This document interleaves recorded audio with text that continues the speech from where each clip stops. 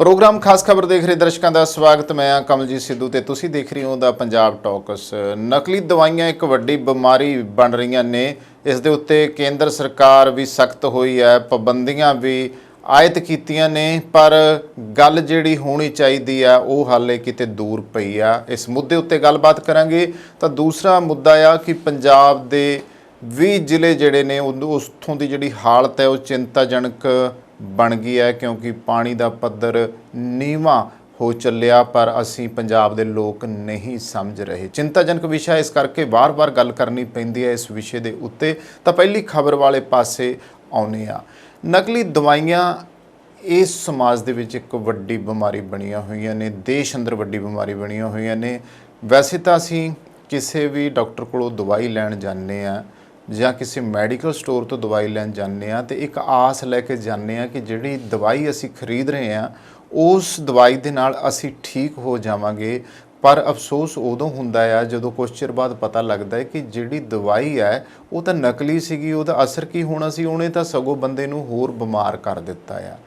ਹੁਣ ਜਿਹੜੀਆਂ ਕੰਪਨੀਆਂ ਦੀਆਂ ਦਵਾਈਆਂ ਵਿਦੇਸ਼ਾਂ ਵਿੱਚ ਜਾ ਰਹੀਆਂ ਨੇ, ਉਹਨਾਂ ਕੰਪਨੀਆਂ ਦੇ ਬਾਰੇ ਵਿੱਚ ਸਵਾਲ ਉੱਠਣੇ ਸ਼ੁਰੂ ਹੋ ਗਏ ਨੇ, ਕਿਉਂਕਿ ਵਿਦੇਸ਼ਾਂ ਦੇ ਵਿੱਚ ਖਾਸ ਤੌਰ 'ਤੇ ਜਿਹੜੀਆਂ ਖੰਘ ਦੀਆਂ ਦਵਾਈਆਂ ਸੀਗੀਆਂ ਉਹਨਾਂ ਦੀ ਚਰਚਾ ਛਿੜੀ ਹੋਈ ਆ ਕਿ ਉਹ ਦਵਾਈਆਂ ਜਿਹੜੀਆਂ ਸੀਗੀਆਂ ਉਹ ਸਹੀ ਨਹੀਂ ਸੀਗੀਆਂ, ਔਰ ਕਈ ਜਿਹੜੇ ਸੀਗੇ ਉਹਨੂੰ ਪੀਣ ਨਾਲ ਬਿਮਾਰ ਹੋ ਗਏ ਮਰੀਜ਼। ਕਈ ਮਰੀਜ਼ ਜਿਹੜੇ ਸੀਗੇ ਉਹਨਾਂ ਦੀ ਡੈਥ ਹੋ ਗਈ। ਜਿਵੇਂ ਅਫਰੀਕਾ ਦੇ ਵਿੱਚ ਬੱਚਿਆਂ ਦੀ ਜਿਹੜੀ ਡੈਥ ਸੀ ਉਹ ਹੋਈ ਹੈ ਤੇ ਉਸ ਤੋਂ ਬਾਅਦ ਚਰਚਾ 'ਚ ਆਈ ਹੈ। ਸਾਡਾ ਹਿਮਾਚਲ ਪ੍ਰਦੇਸ਼ ਦਾ ਇਲਾਕਾ ਜਿਹੜਾ ਬੱਦੀ ਹੈ ਨਾ, ਬੱਦੀ ਜਿਹੜੀਆਂ ਫਾਰਮਾਸਿਊਟੀਕਲ ਵਰਕਸ ਕੰਪਨੀਆਂ ਜਿਹੜੀਆਂ ਦਵਾਈਆਂ ਬਣਾਉਂਦੀਆਂ ਪਈਆਂ ਦੇਸ਼ ਭਰ ਦੇ ਵਿੱਚ, ਤੇ ਉਹ ਹੁਣ ਚਰਚਾ ਦੇ ਵਿੱਚ ਆ ਚੁੱਕਿਆ ਹੈ। ਮੈਂ ਇੱਥੇ ਇੱਕ ਗੱਲ ਇੱਕ ਖਬਰ ਦੇ ਹਵਾਲੇ ਨਾਲ ਕਰਨਾ ਚਾਹੂँगा। ਪਿਛਲੇ ਦਿਨੀ ਚਰਚਾ ਹੋਈ ਕੇਂਦਰੀ ਸਿਹਤ ਮੰਤਰੀ ਦੇਸ਼ ਵਿੱਚ ਬਣ ਰਹੀਆਂ ਨਕਲੀ ਦਵਾਈਆਂ ਨੂੰ ਲੈ ਕੇ ਬੇਹੱਦ ਸਖਤ ਨਜ਼ਰ ਆ ਰਹੇ ਨੇ। ਤਾਂ ਮਨਸੁਖ ਮਾਂਡਵੀਆ ਜਿਹੜੇ ਕਿ ਸਾਡੇ ਮੁਲਕ ਦੇ ਕੇਂਦਰੀ ਸਿਹਤ ਮੰਤਰੀ ਨੇ, ਉਹਨਾਂ ਦਾ ਕਹਿਣਾ ਹੈ ਕਿ ਭਾਰਤ ਨਕਲੀ ਦਵਾਈਆਂ ਦੇ ਮਾਮਲੇ ਵਿੱਚ ਕਦੇ ਨਾ ਬਰਦਾਸ਼ਤ ਕਰਨ ਦੀ ਨੀਤੀ ਦਾ ਪਾਲਣ ਕਰਦਾ। ਇਹ ਉਹਨਾਂ ਦੀ ਸਟੇਟਮੈਂਟ ਸੀਗੀ। ਇਸ ਦਰਮਿਆਨ ਸਿਹਤ ਮੰਤਰਾਲੇ ਦੇ ਸੂਤਰਾਂ ਨੇ ਦੱਸਿਆ ਕਿ ਪਿਛਲੇ 6 ਮਹੀਨਿਆਂ ਵਿੱਚ ਦੇਸ਼ ਦੀਆਂ 134 ਦਵਾਈ ਕੰਪਨੀਆਂ ਦਾ ਨਿਰੀਖਣ ਕੀਤਾ ਗਿਆ ਆ। ਸਭ ਤੋਂ ਵੱਡੀ ਕਾਰਵਾਈ ਹਿਮਾਚਲ ਪ੍ਰਦੇਸ਼ ਦੇ ਵਿੱਚ ਹੀ ਹੋਈ ਹੈ ਤੇ ਹਿਮਾਚਲ ਵਿੱਚ ਹੁਣ ਤੱਕ 36 ਕੰਪਨੀਆਂ ਨੂੰ ਕਾਰਨ ਦੱਸੋ ਨੋਟਿਸ ਜਾਰੀ ਕੀਤਾ ਗਿਆ। ਤੁਸੀਂ ਮਤਲਬ 36 ਕੰਪਨੀਆਂ ਦੀ ਗੱਲ ਲੈ ਲਓ, ਇੱਕ ਨਾ ਦੀ 36 ਕੰਪਨੀਆਂ, ਔਰ 36 ਕੰਪਨੀਆਂ ਬੇਈਮਾਨੀ ਦੇ ਰਾਹ ਤੁਰੀਆਂ ਹੋਈਆਂ ਆ ਔਰ ਘਟੀਆ ਦਵਾਈਆਂ ਬਣਾ ਰਹੀਆਂ, ਔਰ ਉਹ ਜਿਹੜੀ ਬਿਮਾਰੀ ਤੋਂ ਅਸੀਂ ਠੀਕ ਹੋਣਾ ਹੈ ਉਹ ਬਿਮਾਰੀ ਸਗੋਂ ਹੁਣ ਸਾਨੂੰ ਹੋਰ ਬਿਮਾਰ ਕਰਨ ਜਾ ਰਹੀ ਹੈ। ਤਾਂ ਇਹਨਾਂ 36 ਕੰਪਨੀਆਂ ਨੂੰ ਜਿਹੜਾ ਨੋਟਿਸ ਜਾਰੀ ਕੀਤਾ ਜਾ ਚੁੱਕਿਆ ਤੇ 11 ਕੰਪਨੀਆਂ ਤੇ ਸਟਾਂਪ ਪ੍ਰੋਡਕਸ਼ਨ ਆਰਡਰ ਲਾਗੂ ਹੈ ਤੇ 2 ਫਾਰਮਾ ਕੰਪਨੀਆਂ ਨੂੰ ਬੰਦ ਕੀਤਾ ਜਾ ਚੁੱਕਿਆ ਹੈ। ਹੁਣ ਪੂਰੇ ਮੁਲਕ ਦੀ ਅਗਰ ਗੱਲ ਕੀਤੀ ਜਾਵੇ ਨਾ ਤੇ ਇੱਥੇ 209 ਦਵਾਈ ਨਿਰਮਾਤਾ ਕੰਪਨੀਆਂ ਦੁਆਰਾ ਸੁਰੱਖਿਆ ਮਿਆਰਾਂ ਦੀ ਉਲੰਘਣਾ ਕੀਤੇ ਜਾਣ ਸੰਬੰਧੀ ਕੇਂਦਰ ਸਰਕਾਰ ਵੱਲੋਂ ਜਾਰੀ ਕੀਤੇ ਵੇਰਵੇ ਅੱਖਾਂ ਖੋਲ੍ਹਣ ਵਾਲੇ ਨੇ। ਇੱਥੇ ਇੱਕ ਗੱਲ ਮੈਂ ਜ਼ਰੂਰ ਕਰਨੀ ਚਾਹੂँਗਾ ਕਿ ਅਸੀਂ ਮੈਡੀਕਲ ਸਟੋਰਾਂ ਦੇ ਉੱਤੇ ਜਾਂਦੇ ਹਾਂ ਤਾਂ ਜਦੋਂ ਕਈ ਵਾਰੀ ਤੁਸੀਂ ਵੀ ਪਰਚੀ ਫੜਾਉਂਦੇ ਆ, ਉੱਥੇ ਕੀ ਦੇਖਣ ਨੂੰ ਮਿਲਦਾ ਕਿ ਉਹ ਕਹਿਣਗੇ ਜੀ ਦਵਾਈ ਤਾਂ ਆ ਜਿਹੜੀ ਉੱਤੇ ਲਿਖੀ ਆ ਇਹ ਮਿਲ ਜੂਗੀ, ਪਰ ਉਹ ਕਿਸੇ ਹੋਰ ਕੰਪਨੀ ਦੀ ਮਿਲ ਜੂਗੀ। ਪਰ ਫਿਰ ਹੁੰਦਾ ਕੀ ਹੈ ਕਿ ਜਦੋਂ ਅਸੀਂ ਕਹਿੰਦੇ ਆ ਵੀ ਦੇਖੋ, ਕਈਆਂ ਨੂੰ ਤਾਂ ਹੁਣ ਨੌਲੇਜ ਆ, ਉਹ ਪੁੱਛ ਲੈਂਦੇ ਆ ਵੀ ਜੇ ਸਾਲਟ ਸੇਮ ਹੈ ਤੇ ਕੰਪਨੀ ਚਾਹੇ ਕੋਈ ਵੀ ਹੈ ਤਾਂ ਤੁਸੀਂ ਦੇ ਦਿਓ, ਤੇ ਉਹ ਕਹਿਣਗੇ ਜੀ ਉਸ ਕੰਪਨੀ ਦਾ ਭਾਅ ਇਹ ਸੀ ਤੇ ਇਸ ਕੰਪਨੀ ਦਾ ਭਾਅ ਇਹ। ਔਰ ਕਈ ਵਾਰੀ ਤਾਂ ਉਸ ਕੰਪਨੀ ਨਾਲੋਂ ਜ਼ਿਆਦਾ ਇਹ ਮਹਿੰਗੀ ਹੁੰਦੀ ਆ, ਤੇ ਕਈ ਵਾਰੀ ਕੀ ਹੁੰਦਾ ਆ ਕਿ ਉਸ ਕੰਪਨੀ ਨਾਲ ਜਿਹੜੀ ਤੁਸੀਂ ਪਰਚੀ ਤੇ ਡਾਕਟਰ ਨੇ ਤੁਹਾਨੂੰ ਲਿਖ ਕੇ ਦਿੱਤੀ ਆ ਉਹਦੇ ਨਾਲੋਂ ਜਿਹੜਾ ਇਹਦਾ ਭਾਅ ਜਿਹੜਾ ਆ ਉਹ ਕੋਈ ਹੋਰ ਤਰ੍ਹਾਂ ਦਾ ਹੁੰਦਾ ਆ। ਤੇ ਇਸ ਕਰਕੇ ਜਾਂ ਘੱਟ ਹੁੰਦਾ ਜਾਂ ਵੱਧ ਹੁੰਦਾ। ਇਸ ਕਰਕੇ ਕੀ ਹੁੰਦਾ ਆ ਕਿ ਅਸੀਂ ਜਿਹੜੇ ਤਾਂ ਜਾਣਦੇ ਉਹ ਤਾਂ ਕਹਿੰਦੇ ਵੀ ਸੇਮ ਸਾਲਟ ਆ ਤੇ ਦੇ ਦਿਓ, ਤੇ ਕਈ ਜਿਹੜੇ ਨਹੀਂ ਜਾਣਦੇਗੇ ਉਹ ਕਹਿੰਦੇ ਫਿਰ ਵੇਖ ਲਓ ਡਾਕਟਰ ਸਾਹਿਬ ਜਿਵੇਂ ਤੁਸੀਂ ਉੱਤੇ ਡਾਕਟਰ ਨੇ ਲਿਖ ਕੇ ਦਿੱਤਾ, ਜਿਹੜੇ ਮੈਡੀਕਲ ਵਾਲੇ ਨੂੰ ਡਾਕਟਰ ਸਾਹਿਬ ਕਹਿ ਕੇ ਸੰਬੋਧਨ ਕਰ ਦਿੰਦੇ ਆ, ਤੁਸੀਂ ਜੀ ਉਸ ਹਿਸਾਬ ਨਾਲ ਦੇ ਦਿਓ। ਜਦੋਂ ਅਸੀਂ ਲੈ ਲੈਂਦੇ ਆ ਇਸ ਤੋਂ ਬਾਅਦ ਉਹ ਜਿਹੜੀ ਦਵਾਈ ਹੈ ਅਕਸਰ ਹੀ ਇਹ ਪਤਾ ਲੱਗਦਾ ਆ ਕੁਛ ਚਿਰ ਬਾਅਦ ਕਿ ਉਹ ਨਕਲੀ ਸੀਗੀ, ਕਿਉਂਕਿ ਆਮ ਗਾਹਕ ਨੂੰ ਤਾਂ ਨਹੀਂ ਨਾ ਪਤਾ ਹੈਗਾ ਵੀ ਇਹ ਅਸਲੀ ਆ ਕਿ ਨਕਲੀ ਆ। ਹੁਣ ਤੁਸੀਂ ਆਇਓਡੈਕਸ ਲੈਣ ਚਲੇ ਜਾਓ, ਵੈਸਲੀਨ ਚਲੇ ਜਾਓ, ਸਿੰਪਲ ਜਿਹੀਆਂ ਚੀਜ਼ਾਂ ਜਿਹੜੀਆਂ ਤੇ ਇਸ ਤੋਂ ਇਲਾਵਾ ਤੁਸੀਂ ਕੋਈ ਮੱਲਮ ਲੈਣ ਚਲੇ ਜਾਓ, ਕੋਈ ਬਰਨੌਲ ਲੈਣ ਚਲੇ ਜਾਓ, ਜਾਂ ਫਿਰ ਤੁਸੀਂ ਕਿਸੇ ਵੀ ਦੁਕਾਨ ਤੇ ਜਾ ਕੇ ਤੁਸੀਂ ਵਿਕਸ ਲੈਣ ਚਲੇ ਜਾਓ, ਤੁਸੀਂ ਹੈਰਾਨ ਰਹਿ ਜਾਓਗੇ ਕਿ ਵਿਕਸ ਅਸਲੀ ਵੀ ਪਈ ਆ, ਨਕਲੀ ਵੀ ਪਈ ਆ, ਆਇਓਡੈਕਸ ਅਸਲੀ ਵੀ ਪਈ ਆ, ਨਕਲੀ ਵੀ ਪਈ ਆ। ਤਾਂ ਜਿਹੜੀਆਂ ਸ਼ੁਰੂ ਦੇ ਵਿੱਚ ਚੱਲੀਆਂ, ਹੁਣ ਇੱਥੇ ਇੱਕ ਹੋਰ ਗੱਲ ਕਰਦੇ ਹਾਂ। ਸਾਡੇ ਮੁਲਕ ਦੇ ਵਿੱਚ ਜਿਹੜੀਆਂ ਚੀਜ਼ਾਂ ਸ਼ੁਰੂ 'ਚ ਚੱਲੀਆਂ, ਜਿਹੜੀਆਂ ਮੈਡੀਕਲ ਸਟੋਰਾਂ ਦੇ ਉੱਤੇ ਆਉਂਦੀਆਂ ਸੀਗੀਆਂ, ਉਹ ਤਾਂ ਹੁਣ ਆਉਂਦੀਆਂ ਹੀ ਨਹੀਂ ਆ। ਮੈਂ ਇੱਥੇ ਮਿਸਾਲ ਦੇ ਤੌਰ ਤੇ ਗੱਲ ਕਰਨੀ ਚਾਹੂੰਗਾ ਕਿ ਜਿਹੜੀ ਅੱਜ ਤੋਂ 25-30 ਸਾਲ ਪਹਿਲਾਂ ਆਇਓਡੈਕਸ ਆਉਂਦੀ ਸੀ, ਉਹ ਆਇਓਡੈਕਸ ਅੱਜ ਨਹੀਂ ਮਿਲਦੀ। ਜਿਹੜੀ 20-25 ਸਾਲ ਪਹਿਲਾਂ ਸਾਨੂੰ ਬਰਨੌਲ ਮਿਲਦੀ ਸੀਗੀ, ਜਾਂ ਸਾਨੂੰ ਵਿਕਸ ਮਿਲਦੀ ਸੀਗੀ, ਜਾਂ ਫਿਰ ਸਾਨੂੰ ਚੂਸਣ ਵਾਲੀਆਂ ਗੋਲੀਆਂ ਵਿਕਸ ਦੀਆਂ ਮਿਲਦੀਆਂ ਸੀਗੀਆਂ, ਜਦੋਂ ਅਸੀਂ ਪਹਿਲਾਂ ਲੈਂਦੇ ਸੀਗੇ ਜਾਂ ਵਿਕਸ ਇਨਹੇਲਰ ਲੈਂਦੇ ਸੀ, ਅੱਜ ਉਹ ਕੁਝ ਹੋਰ ਹੀ ਤਰੀਕੇ ਦੇ ਆਉਣ ਲੱਗ ਗਏ। ਔਰ ਇੱਕ ਵੱਡੀ ਗੱਲ ਜਿਹੜੀ ਆ, ਪੀਣ ਵਾਲੇ ਜਿਹੜੇ ਮੈਡੀਕਲ ਸਟੋਰਾਂ 'ਤੇ ਸਾਨੂੰ ਮਿਲਦੇ ਸੀ ਪ੍ਰੋਡਕਟ ਹੈਲਥ ਵਾਸਤੇ, ਚਾਹੇ ਉਹ ਮਾਲਟੋਵਾ ਸੀ, ਚਾਹੇ ਬੂਸਟ ਸੀ, ਚਾਹੇ ਬੋਰਨਵੀਟਾ ਸੀ। ਹੁਣ ਜਿਨ੍ਹਾਂ ਨੇ ਅੱਜ ਤੋਂ 30 ਸਾਲ ਪਹਿਲਾਂ ਬੋਰਨਵੀਟਾ ਪੀਤਾ, ਮਾਲਟੋਵਾ ਪੀਤਾ, ਬੂਸਟ ਪੀਤਾ, ਅੱਜ ਤੁਸੀਂ ਉਹੀ ਚੀਜ਼ਾਂ ਲੈ ਕੇ ਦੁਕਾਨਾਂ ਤੋਂ ਵੇਖ ਲਓ, ਤੁਸੀਂ ਝਟਕਾ ਖਾ ਜਾਓਗੇ। ਤੁਹਾਡੀ ਜੀਭ ਨੇ ਤੁਹਾਨੂੰ ਦੱਸ ਦੇਣਾ ਕਿ ਤਾਂ ਉਹ ਸਵਾਦ ਹੀ ਨਹੀਂ ਰਹੇ। ਅੱਜ ਤੁਸੀਂ ਬੋਰਨਵੀਟਾ ਨਹੀਂ ਪੀ ਸਕਦੇ। ਔਰ ਕੀ ਕੁਛ ਮਿਲਾਉਣਾ ਸ਼ੁਰੂ ਕਰਤਾ। ਸ਼ੁਰੂ 'ਚ ਇਹਨਾਂ ਕੰਪਨੀਆਂ ਨੇ ਕੀ ਕੀਤਾ, ਜਦੋਂ ਇਹਨਾਂ ਦੇ ਨਾਂ ਚੱਲਣੇ ਸ਼ੁਰੂ ਹੋ ਗਏ, ਉਦੋਂ ਫਿਰ ਜੋ ਮਰਜ਼ੀ ਧੱਕਾ ਕਰੀ ਗਏ। ਹੁਣ ਇੱਥੇ ਜਿੰਨੀਆਂ ਵੱਡੀਆਂ ਮਰਜ਼ੀ ਦਵਾਈ ਕੰਪਨੀਆਂ ਦਾ ਨਾਂ ਲੈ ਲਓ, ਪਰ ਉਹਨਾਂ ਦਵਾਈ ਕੰਪਨੀਆਂ ਦੀ ਵੀ ਫਿਰ ਜਿਹੜੀ ਆ ਇਸ ਤਰੀਕੇ ਦੀ ਧੋਖੇਬਾਜ਼ੀ ਸਾਹਮਣੇ ਆਉਂਦੀ ਆ ਕਿ ਉਹ ਤਾਂ ਬਹੁਤ ਸਾਰੀਆਂ ਦਵਾਈਆਂ ਜਿਹੜੀਆਂ ਆ ਉਹ ਗਲਤ ਬਣਾ ਰਹੇ ਆ, ਨਕਲੀ ਬਣਾ ਰਹੇ ਆ, ਜਾਂ ਫਿਰ ਸਸਤੀਆਂ ਤੇ ਉੱਤੇ ਠੱਪਾ ਜਿਹੜਾ ਮਹਿੰਗੇ ਦਾ ਲੱਗਿਆ ਹੁੰਦਾ ਆ। ਤਾਂ ਕੇਂਦਰੀ ਸਿਹਤ ਮੰਤਰੀ ਦਾ ਨਕਲੀ ਦਵਾਈਆਂ ਨੂੰ ਬਿਲਕੁਲ ਵੀ ਬਰਦਾਸ਼ਤ ਨਾ ਕਰ ਦੇਣ ਵਾਲਾ ਐਲਾਨ ਜਿਹੜਾ ਆ ਉਹ ਤਸੱਲੀ ਦੇਣ ਵਾਲਾ ਆ। ਪਰ ਇਹ ਜੋ ਆ ਆਲਮੀ ਤੇ ਘਰੇਲੂ ਬਾਜ਼ਾਰਾਂ ਦੋਵਾਂ ਵਿੱਚ ਇਸ ਸੰਬੰਧੀ ਪੈਦਾ ਹੋਏ ਫਿਕਰਾਂ ਨੂੰ ਦੂਰ ਕਰਨ ਲਈ ਕਾਫੀ ਨਹੀਂ ਹੈ। ਇਸ ਵੇਲੇ ਅਗਰ ਗੱਲ ਕੀਤੀ ਜਾਵੇ ਕਿ ਦੇਸ਼ ਦੀਆਂ 209 ਦਵਾਈ ਨਿਰਮਾਤਾਵਾਂ ਕੰਪਨੀਆਂ ਜਿਹੜੀਆਂ ਨੇ, ਬਣਾਉਣ ਵਾਲੀਆਂ ਜਿਹੜੀਆਂ ਕੰਪਨੀਆਂ ਨੇ, ਉਹਨਾਂ ਦੇ ਵੱਲੋਂ ਹੀ ਇਹ ਜਿਹੜੀ ਸੁਰੱਖਿਆ ਨਿਯਮਾਂ ਦੀ ਜਾਂ ਜਿਹੜੇ ਮਿਆਰ ਉਹਨਾਂ ਦੇ ਬਣੇ ਹੋਏ ਆ, ਉਹਨਾਂ ਦੀ ਉਲੰਘਣਾ ਕੀਤੀ ਗਈ ਆ। ਤੇ ਇਸ ਸੰਬੰਧੀ ਜਿਹੜੇ ਕੇਂਦਰ ਸਰਕਾਰ ਵੱਲੋਂ ਵੇਰਵੇ ਜਾਰੀ ਕੀਤੇ ਗਏ ਉਹ ਅੱਖਾਂ ਖੋਲ੍ਹਣ ਵਾਲੇ ਆ। ਨਿਗਰਾਨੀ ਹੇਠ ਆਈਆਂ ਇਹਨਾਂ ਯੂਨਿਟਾਂ ਵਿੱਚੋਂ 71 ਤਾਂ ਹਿਮਾਚਲ ਪ੍ਰਦੇਸ਼ ਦੇ ਵਿੱਚ ਹੀ ਨੇ। ਇਹਨਾਂ ਵਿੱਚੋਂ 51 ਫਰਮਾਂ ਦੀ 2 ਗੇੜਾਂ ਵਿੱਚ ਹੋਈ ਜਾਂਚ ਦੌਰਾਨ 26 ਨੂੰ ਕਾਰਨ ਦੱਸੋ ਨੋਟਿਸ ਜਾਰੀ ਕੀਤੇ ਗਏ ਨੇ ਤੇ 11 ਨੂੰ ਆਪਣੀ ਜਿਹੜੀ ਪੈਦਾਵਾਰ ਆ, ਜਿਹੜਾ ਉਤਪਾਦਨ ਆ, ਉਹਨੂੰ ਰੋਕ ਦੇਣ ਦੇ ਹੁਕਮ ਦਿੱਤੇ ਗਏ ਨੇ, ਜਦੋਂ ਕਿ 2 ਹੋਰਨਾਂ ਨੂੰ ਉਹਨਾਂ ਦੇ ਲਾਇਸੈਂਸ ਰੱਦ ਕੀਤੇ ਜਾਣ ਦੀ ਕਾਰਵਾਈ ਦਾ ਸਾਹਮਣਾ ਕਰਨਾ ਪੈ ਰਿਹਾ। ਇਸ ਪਹਾੜੀ ਰਾਜ ਵਿਚਲੇ ਦਵਾਈਆਂ ਬਣਾਉਣ ਵਾਲੇ ਯਾਨੀ ਕਿ ਫਾਰਮਾਸਿਊਟੀਕਲਸ ਵਰਕਸ ਜਿਹੜੀਆਂ ਕੰਪਨੀਆਂ ਨੇ, ਇਹ ਸਨਅਤ ਲਈ ਇਹ ਅੰਤਰਝਾਤ ਮਾਰਨ ਦਾ ਵੇਲਾ ਆ ਕਿ ਜਿਹੜੀ ਸੂਬੇ ਵਿੱਚ ਬੀਤੇ 2 ਦਹਾਕਿਆਂ ਦੇ ਦੌਰਾਨ ਟੈਕਸ ਛੋਟਾਂ ਦੇ ਐਲਾਨ ਦੇ ਸਿੱਟੇ ਵਜੋਂ ਵੱਡੇ ਪੱਧਰ ਦੇ ਉੱਤੇ ਵਧੀ ਫੁੱਲੀ ਆ। ਬੱਦੀ ਹਿਮਾਚਲ ਪ੍ਰਦੇਸ਼ ਦਾ ਇੱਕ ਅਜਿਹਾ ਇਲਾਕਾ ਆ ਜਿਹੜਾ ਇਸ ਸਨਅਤ ਦਾ ਕੇਂਦਰ ਹੈ, ਜਿੱਥੇ ਸਭ ਤੋਂ ਵੱਧ ਦੇਸ਼ ਦੀਆਂ ਦਵਾਈਆਂ ਯਾਨੀ ਕਿ ਫਾਰਮਾਸਿਊਟੀਕਲ ਕੰਪਨੀਆਂ ਜਿਹੜੀਆਂ ਨੇ ਉੱਥੇ ਦਵਾਈਆਂ ਤਿਆਰ ਕਰਦੀਆਂ ਨੇ। ਤਾਂ ਬੱਦੀ ਦੀ ਇਹਨਾਂ ਦਵਾਈ ਕੰਪਨੀਆਂ ਨੂੰ ਇੱਕ ਝਟਕਾ ਲੱਗਿਆ ਆ, ਇਹਨਾਂ ਦੇ ਅਕਸ ਨੂੰ, ਤੇ ਇਸ ਟੁੱਟੇ ਹੋਏ ਭਰੋਸੇ ਨੂੰ ਵਧੀਆ ਪੈਦਾਵਾਰੀ ਪ੍ਰਕਿਰਿਆ ਰਾਹੀਂ ਬਹਾਲ ਵੀ ਕੀਤਾ ਜਾ ਸਕਦਾ ਜੇ ਕੰਪਨੀਆਂ ਇਹ ਆਪਣੀਆਂ ਆਦਤਾਂ ਸੁਧਾਰ ਲੈਣ। ਹੁਣ ਜਿਹੜੀ ਕੇਂਦਰੀ ਸਿਹਤ ਮੰਤਰੀ ਦੇ ਬਿਆਨ ਦੀ ਗੱਲ ਆਈ ਹੈ ਕਿ ਨਕਲੀ ਦਵਾਈਆਂ ਜਿਹੜੀਆਂ ਨੇ ਉਹਨਾਂ ਨੂੰ ਬਰਦਾਸ਼ਤ ਨਹੀਂ ਕੀਤਾ ਜਾਊਗਾ, ਤਾਂ ਇਹ ਕਾਰਵਾਈ ਭਾਰਤੀ ਕਫ ਸਿਰਪ ਯਾਨੀ ਕਿ ਖਾਂਸੀ ਦੀਆਂ ਜਿਹੜੀਆਂ ਪੀਣ ਵਾਲੀਆਂ ਦਵਾਈਆਂ ਆ ਤੇ ਹੋਰ ਦਵਾਈਆਂ ਵਿੱਚ ਵਾਰ-ਵਾਰ ਖਰਾਬੀਆਂ ਜ਼ਾਹਿਰ ਹੋਣ ਕਾਰਨ ਕਾਰਵਾਈ ਕੀਤੀ ਗਈ ਹੈ। ਕੌਮੀ ਪੱਧਰ ਤੇ 71 ਫਰਮਾਂ ਨੂੰ ਕਾਰਨ ਦੱਸੋ ਨੋਟਿਸ ਜਾਰੀ ਕੀਤੇ ਗਏ ਨੇ ਤੇ 18 ਨੂੰ ਬੰਦ ਕਰ ਦਿੱਤਾ ਗਿਆ ਆ। ਹੁਣ 18 ਨੂੰ ਤਾਂ ਬੰਦ ਕਰ ਦਿੱਤਾ ਗਿਆ। ਇਸ ਸਭ ਕਾਸੇ ਤੋਂ ਦਵਾਈਆਂ ਦੇ ਨੇਮਬੰਦੀ ਢਾਂਚੇ ਵਿੱਚ ਖਾਮੀਆਂ ਜੱਗ ਜ਼ਾਹਿਰ ਨੇ। ਇੱਥੇ ਥੋੜਾ ਮੈਂ ਖਾਂਸੀ ਦੇ ਜਿਹੜੇ ਸਿਰਪ ਨੇ ਉਹਨਾਂ ਦੀ ਮੈਂ ਗੱਲ ਕਰਨੀ ਚਾਹੂੰਗਾ ਕਿ ਆਮ ਅਸੀਂ ਘਰਾਂ ਦੇ ਵਿੱਚ ਕਫ ਸਿਰਪ ਲਿਆ ਕੇ ਰੱਖਦੇ ਹਾਂ।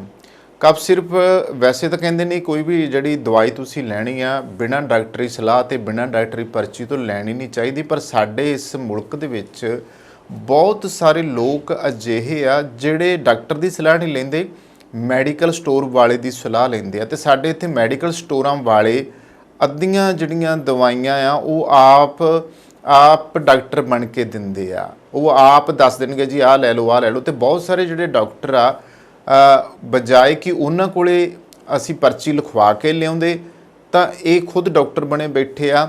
ਇੱਥੇ ਇੱਕ ਸਵਾਲ ਇਹ ਵੀ ਖੜਾ ਹੁੰਦਾ ਆ ਕਿ ਮੈਡੀਕਲ ਵਾਲੇ ਜਿਹੜੇ ਆ ਕਿ ਉਹਨਾਂ ਦੇ ਕੋਲੇ ਇਹ ਅਥਾਰਟੀ ਹੁੰਦੀ ਹੈ ਕਿ ਉਹ ਲੋਕਾਂ ਦੇ ਇੰਜੈਕਸ਼ਨ ਲਾ ਸਕਣ, ਲੋਕਾਂ ਨੂੰ ਆਪਣੇ ਕੋਲੋਂ ਦਵਾਈਆਂ ਉਸ ਤਰੀਕੇ ਦੇ ਸਕਣ ਜਿਵੇਂ ਕਿ ਡਾਕਟਰ ਕਰਦੇ। ਇੱਕ ਡਾਕਟਰ ਨੇ ਜਿਹੜੀ ਜਾਂਚ ਕਰਕੇ ਦਵਾਈ ਦੇਣੀ ਆ, ਤਾਂ ਹੁਣ ਤਾਂ ਮੈਡੀਕਲ ਸਟੋਰਾਂ ਵਾਲੇ ਵੀ ਮੈਡੀਕਲ ਸਟੋਰ ਉੱਥੇ ਚੱਲ ਰਿਹਾ ਹੁੰਦਾ ਹੈ। ਹੁਣ ਮੈਡੀਕਲ ਸਟੋਰ ਦੀ ਇੱਕ ਪੜ੍ਹਾਈ ਅਲੱਗ ਆ, ਮੈਡੀਕਲ ਦੀ ਜਿਹੜੀ ਡਾਕਟਰੀ ਪੜ੍ਹਾਈ ਆ ਉਹ ਅਲੱਗ, ਆਪਾਂ ਸਾਰੇ ਜਾਣਦੇ ਹਾਂ। ਇਸ ਦੇ ਬਾਵਜੂਦ ਉਹ ਵੀ ਸਟੈਥੋਸਕੋਪ ਰੱਖ ਕੇ ਬੈਠੇ ਆ, ਉਹ ਵੀ ਬਲੱਡ ਪ੍ਰੈਸ਼ਰ ਮਸ਼ੀਨ ਰੱਖ ਕੇ ਬੈਠੇ ਆ, ਉਹ ਵੀ ਇੰਜੈਕਸ਼ਨ ਲਗਾ ਰਹੇ ਆ, ਉਹ ਵੀ ਦਵਾਈਆਂ ਦੇ ਰਹੇ ਆ। ਔਰ ਬਹੁਤ ਥਾਵਾਂ ਦੇ ਉੱਤੇ ਤੁਸੀਂ ਇੱਕ ਇੱਕ ਸ਼ਹਿਰ ਫਰੋਲ ਲਓ, ਮੈਡੀਕਲ ਵਾਲੇ ਖੁਦ ਡਾਕਟਰ ਬਣੇ ਬੈਠੇ ਆ। ਤੇ ਫਿਰ ਦੂਜੀ ਗੱਲ ਆਉਂਦੀ ਹੈ ਕਿ ਦਵਾਈਆਂ ਦੀ, ਮੈਂ ਖੰਘ ਵਾਲੀ ਦਵਾਈਆਂ ਦਾ ਜ਼ਿਕਰ ਕਰਨਾ ਚਾਹੂੰਗਾ ਕਿ ਜਦੋਂ ਅਸੀਂ ਖੰਘ ਦੀ ਦਵਾਈ ਕਫ ਸਿਰਪ ਘਰ 'ਚ ਲਿਆਉਂਦੇ ਹਾਂ, ਔਰ ਅਕਸਰ ਇਹ ਦੇਖਿਆ ਜਾਂਦਾ ਹੈ ਕਿ ਜਿਨ੍ਹਾਂ ਲੋਕਾਂ ਨੂੰ ਉਹਨੂੰ ਲੈਣ ਦੇ ਤਰੀਕੇ ਨਹੀਂ ਪਤਾ, ਜਦੋਂ ਕਿਤੇ 1-2 ਚਮਚੇ ਉਹ ਲੈ ਲੈਣ ਤਾਂ ਉਹ ਬੇਹੋਸ਼ੀ ਵਾਲੇ ਪਾਸੇ ਲੈ ਜਾਂਦੀ ਆ, ਤੁਹਾਨੂੰ ਚੱਕਰ ਆਉਣੇ ਸ਼ੁਰੂ ਹੋ ਜਾਂਦੇ, ਬੰਦਾ ਬੌਂਦਲ ਜਿਹਾ ਜਾਂਦਾ ਆ, ਉਹ ਇੰਨੀ ਤੇਜ਼ ਹੁੰਦੀ ਆ। ਜਾਂ ਤਾਂ ਉਹ 'ਚ ਸਿਆਲਾਂ 'ਚ ਕੋਸਾ ਪਾਣੀ ਮਿਲਾ ਕੇ ਲੈਣ ਦੀ ਸਲਾਹ ਦਿੱਤੀ ਜਾਂਦੀ ਆ, ਜਾਂ ਫਿਰ ਉਹਦੇ ਨਾਲ ਖੁੱਲ੍ਹਾ ਪਾਣੀ ਪੀਣ ਦੀ ਸਲਾਹ ਦਿੱਤੀ ਜਾਂਦੀ ਹੈ। ਇਹਦਾ ਮਤਲਬ ਹੈ ਕਿ ਪਹਿਲਾਂ ਵੀ ਡਾਕਟਰਾਂ ਕੋਲ ਅਸੀਂ ਜਾਂਦੇ ਸੀਗੇ, ਡਾਕਟਰ ਇੱਕ ਲਾਲ ਜਿਹੇ ਰੰਗ ਦੀ ਦਵਾਈ ਜਿਹੜੀ ਸੀਗੀ ਉਹ ਖਾਂਸੀ ਤੇ ਬੁਖਾਰ ਦੇ ਵਿੱਚ ਨਾਲ ਪੀਣ ਨੂੰ ਦਿੰਦੇ ਸੀ ਵੀ ਇਹ ਖੰਘ ਤੋਂ ਆ। ਉਹ ਵੀ ਕਾਫੀ ਤਿੱਖੀ ਹੁੰਦੀ ਸੀ, ਵੱਡੇ ਹੁਣ ਹਸਪਤਾਲਾਂ ਵਿੱਚ ਦੇਖਦੇ ਤੇ ਉਹ ਕੈਨੀਆਂ ਪਈਆਂ ਉਸ ਦਵਾਈ ਦੀਆਂ। ਪਰ ਬਸ਼ਰਤੇ ਕਿ ਫਿਰ ਅਸੀਂ ਡਾਕਟਰ ਦੀ ਸਲਾਹ ਤੋਂ ਬਿਨਾਂ ਮੈਡੀਕਲ ਸਟੋਰ ਵਾਲੇ ਦੀ ਵੀ ਮੰਨ ਰਹੇ ਹਾਂ, ਜਾਂ ਫਿਰ ਅਸੀਂ ਆਪਣੀ ਮਨਮਰਜ਼ੀ ਵੀ ਕਰਦੇ ਹਾਂ ਕਿ ਮੈਡੀਕਲ ਸਟੋਰ ਵਾਲੇ ਕੋਲ ਲੈਂਦੇ ਹਾਂ। ਹੁਣ ਮੈਡੀਕਲ ਸਟੋਰਾਂ ਵਾਲਿਆਂ ਦੇ ਮਾਪਦੰਡ ਇਹ ਵੀ ਹੋਣੇ ਚਾਹੀਦੇ ਆ ਕਿ ਜੇ ਡਾਕਟਰ ਦੀ ਪਰਚੀ ਹੈ ਤਾਂ ਫਿਰ ਦਵਾਈ ਲਓ।